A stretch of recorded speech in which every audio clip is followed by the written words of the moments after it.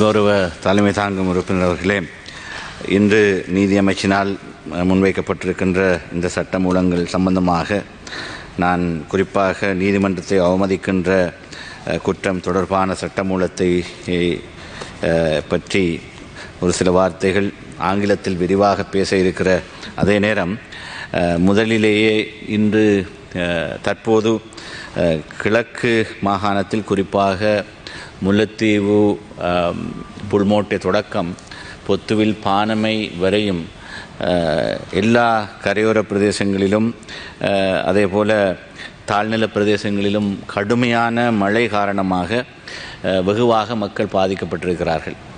அங்கு நீர் வழிந்தோட முடியாமல் பல இடங்களிலே நீர் தேங்கி நிற்பது மாத்திரமல்ல, போக்குவரத்து பிரச்சனைகளும் மிக பூதாகரமாக உருவெடுத்து வருகிறது. மக்களுடைய வாழ்விட பிரதேசங்களிலே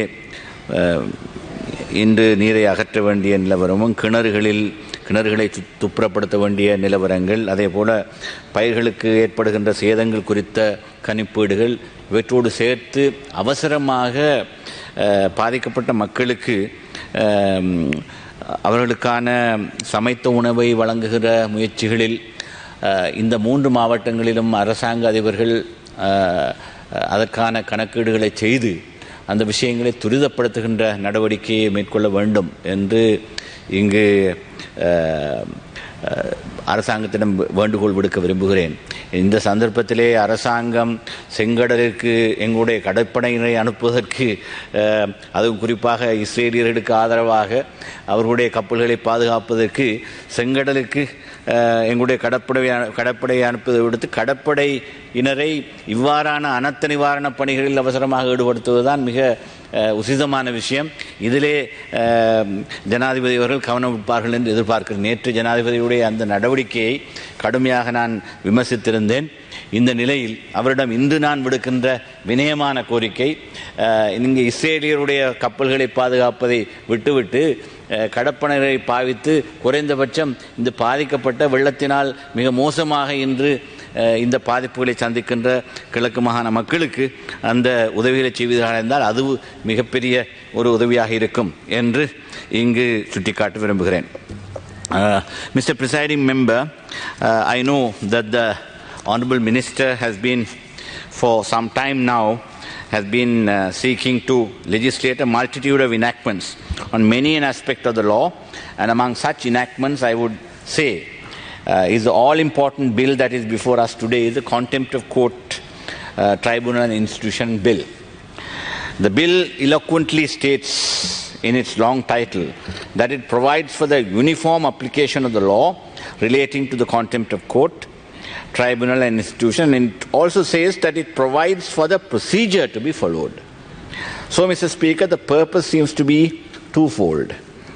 One is to provide for specific law on contempt, and the other, having provided for the law, is to provide for the procedure to be followed in the contempt cases. The question whether there should be a specific law for contempt has been around not only here but in other jurisdictions as well. There was this controversy in India, but it was settled way back in 1971 through the Contempt of Courts Act in India. As one goes through the Supreme Court determination in August 23, when this bill was taken up for Supreme Court determination, this has been one of the main arguments in the Supreme Court, that can you pass a specific legislation on contempt when there are constitutional provisions and even other enactments that penalize contempt of court? Now, we know Article 105 Clause 3 provides for contempt matters, and we know our colleagues Ranjan Ramanayaka and S.B. Disanayaka both had to suffer the consequences of this power vested in the Supreme Court. Mr. Ranjan Ramanayaka, our colleague, said that 99% of the judges are corrupt in the country and had to face incarceration for 4 years and more, subsequently reduced to a few years. Then S.B. Disanayaka, who had called one of a judgment as Baluti Hindu and had to be convicted and confined to prison term for 2 years. Apart from the provision, the constitutional provision, there are other separate enactments that provide for contempt to be instituted against individuals. For instance, the Civil Procedure Code, Code of Criminal Procedure, then Primary Courts Act. Then we also have Partition Law, which provides for that. Judicature Act provides for it. Therefore, these are few examples which where the already provisions exist. But then, so the argument was made in the court that this parliament does not enjoy the legislative competence to enact a separate legislation on contempt. But the Supreme Court pointed out that the reserved list preserves the right to pass a separate law on contempt. In the reserved list, list 2 of the 9th schedule, under the heading Justice insofar as it relates to the judiciary and the court structure, it had very clearly provided for subsequent enactment to deal with the contempt of court matters. So this shows that as far back as the enactment of the 13th Amendment, that we had had this provision to make room for a new legislation in this regard. With that controversy settled, Mr. Speaker, the question arises whether what this law seeks to achieve. I have looked at it very carefully, and I would like to say that the offence of contempt was always in a state of uncertainty. While some acts amounted to contempt, others did not do so. We remember the old case where the editor of a newspaper was summoned and punished for contempt for writing about judges spending their time in Nuerelia. He captioned this article as "Justice on Holiday." He pointed out in public spirit, as he claimed, that judicial time was being wasted, but the judges of yesteryears would not let him go scot-free. I remember the case in the matter of Armand de Souza, editor of Ceylon Morning Leader in 1914. It reported in 18 NLR 33. But this all-important judgment recognized one important aspect of law of contempt of court. I quote here, "There is no doubt as to the right of any member of the public to criticize, and to criticize strong judicial decisions or judicial work, and to bring to the notice of the proper authorities any charge whatsoever of the alleged misconduct on the part of a judge." So the judges in 1914 pointed out that you can criticize a judgment or a judicial work and even misconduct, but to the proper authorities. But you cannot comment on a personal holiday time that a judge is entitled to. So that being the case, so the bill now provides for some acts which would amount to contempt of court. For instance, it sets down in clause 3.2 that willful disobedience to any judgment, decree, direction, order, writ, or other process of court will amount to contempt of court. Even a willful breach of an undertaking given to court will also become contemptuous.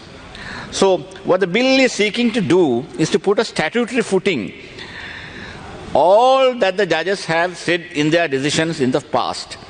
In other words, the common law principles that have been set down in judgments are being confined to and codified to some extent in this bill.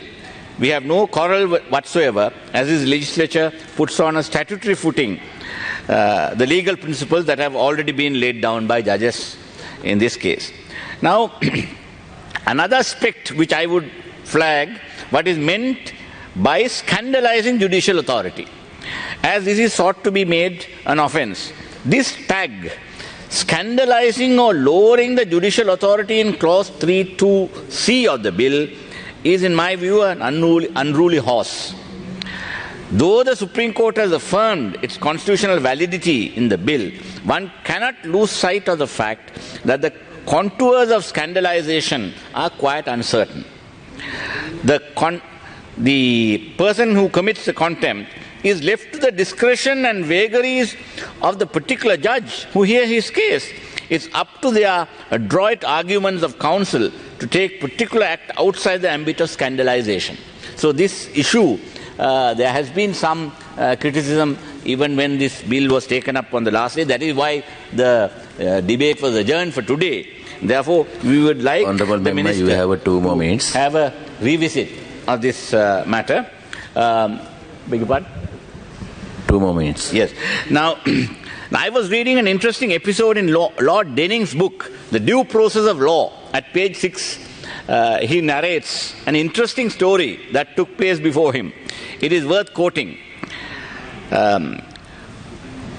Lord Denning says, "When I was presiding, we became more lenient. On every Monday morning, we hear litigants in person. Miss Stone was often there. She made an application before us. We refused it. She was sitting in the front row with a bookcase within her reach. She picked up one of Butterworth's workmen's compensation cases and threw it at us. It passed between Lord Justice Diplock and me. She picked up another that went wide too. She said, 'I'm running out of ammunition.' We took little notice. She had hoped we would commit her for contempt of court just to draw more attention to herself. As we took no notice, she went towards the door. She left saying, 'I congratulate your lordships on your coolness under fire.'" So this is what Lord Diplock said of how magnanimous judges have been. Because, this is not an issue for ego of the judges to be punishing people for contempt. And then similarly we have issues relating to matters that are said in this house. We have our Parliamentary Privileges Act.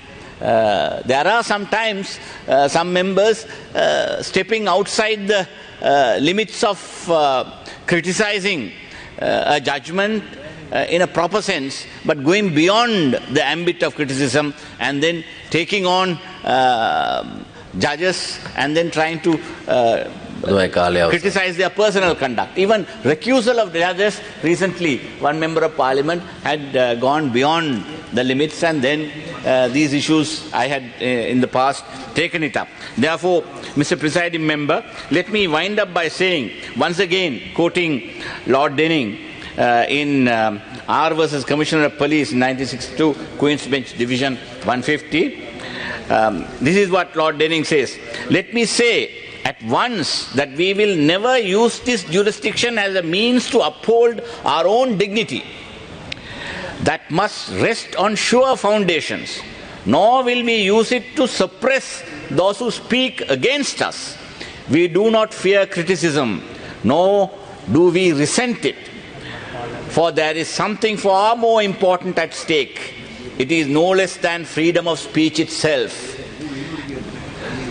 Though Lord Denning was magnanimous, this freedom cannot be the freedom of the wild ass. Article 15(2) of our Constitution specifically states that we cannot exercise the freedom of speech to commit contempt of court.